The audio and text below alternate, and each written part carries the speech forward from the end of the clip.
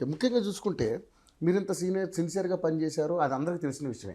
కేటీఆర్ గారు కూడా మిమ్మల్ని టక్కన గుర్తుపడితే మీతో సన్నిహితంగా ఉండే పరిస్థితులు కూడా ఉన్నాయి. సరే కేసీఆర్ గారు ఎలా ఉంటారో తెలియని విషయం కానీ, సో మరి ఇంత ఉన్నప్పటికీ కూడా కనీసం కేసీఆర్ గారికి కేటీఆర్ అన్న అరే మన చంద్రశేఖర్ రెడ్డి, ఎందుకంటే ఇప్పుడు అటంతా కూడా రెడ్డి సామాజిక వర్గం ఎక్కువ ఉంది నల్గొండలో.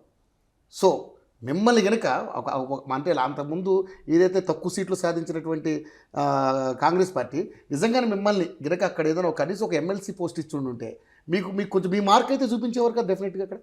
నా మార్కు కూడా చూపించుదును తప్పక. నాలాంటి వాళ్ళు పార్టీ కష్టపట్టేవాళ్ళు కూడా రియల్గా పార్టీ మీద ప్రేమతో పనిచేసేవాళ్ళు. మీరు ఏదైతే అన్నారో నాకు పార్టీ ఓడిపోయినాను, నాకు పార్టీ ఏం చేసింది, నన్ను వివిధ తీర్లుగా నన్ను ఉపయోగించుకుంది, నన్ను ఉప్పల్ ఇన్ఛార్జ్గా ఇచ్చింది 2018లో. 2023లో నేను షేర్లింగంపల్లి ఇన్ఛార్జు, మీరు ఉప్పల్ ఇన్ఛార్జు. నేను 2018లో ఇన్ఛార్జ్ చేశాను. మీరు ఉప్పల్ ఇన్ఛార్జ్ అయినప్పుడు అక్కడ ఉన్న కార్పొరేటర్స్, అప్పుడు గెలిచిన ఎమ్మెల్యే అయినా వారిని తెలుసుకోండి. నేను ఏ విధంగా కోఆర్డినేట్ చేసినా, ఏ విధంగా పార్టీ కోసం పనిచేసినా. ఒక పార్టీకి పనిచేసేటప్పుడు వాళ్ళు ఒక కాన్ఫిడెన్స్ కల్పించాలి. నాకు 2 అడ్వాంటేజ్లు ఉన్నాయి. నాకు బికాజ్ ఆఫ్ నా యొక్క కాంగ్రెస్ సీనియారిటీ, నేను కాంగ్రెస్లో పెద్ద ఎత్తున నేను ఎన్నో పార్టీ పదవులతోటి ఉండి నేను ఒక డిస్టిక్ ఇన్ఛార్జ్, ఖమ్మం లాంటి పెద్ద డిస్టిక్ ఇన్ఛార్జ్ కూడా నేను ఆ రోజు ఉన్నా. ఈరోజు రేణుకా చౌదరి గారు రాజ్యసభ మెంబర్ అవుతుంది. నేను ఇన్ఛార్జ్ ఉన్నప్పుడు వారు ఖమ్మంలో వారు మన లోక్సభ మెంబర్. అంటే అలాంటి ఆమె రేణుకా చౌదరి సీనియర్ లీడర్. అలాంటి వాళ్ళు ఉన్నప్పుడు 2 జిల్లా మినిస్టర్స్ ఉండేది. వాళ్ళందరినీ కోఆర్డినేట్ చేసుకుంటూ నేను ఆ ఖమ్మం జిల్లాను యాజ్ ఏ కాంగ్రెస్ ఇన్ఛార్జ్గా నేను పనిచేశాను. అలాంటి ఎక్స్పీరియన్స్ తోటి నేను ఉప్పల్లో యాజ్ ఏ ఇన్ఛార్జ్గా పోయినప్పుడు అందరినీ కోఆర్డినేట్ చేసుడు.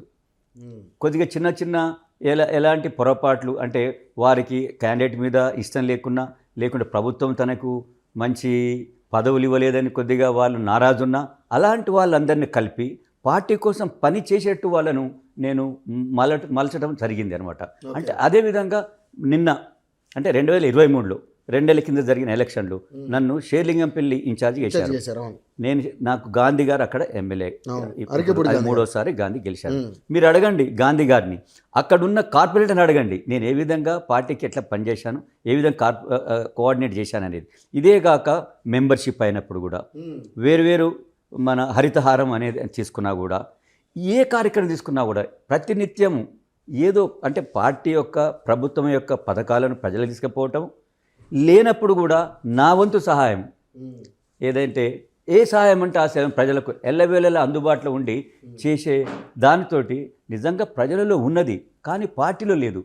పార్టీలో లేదంటే పనిచేసే వాళ్ళకు పార్టీలో లేనప్పుడు ఇలాంటి ఫలితాలే వస్తాయని చెప్పి మనం గుర్తించాలి. ఓకే.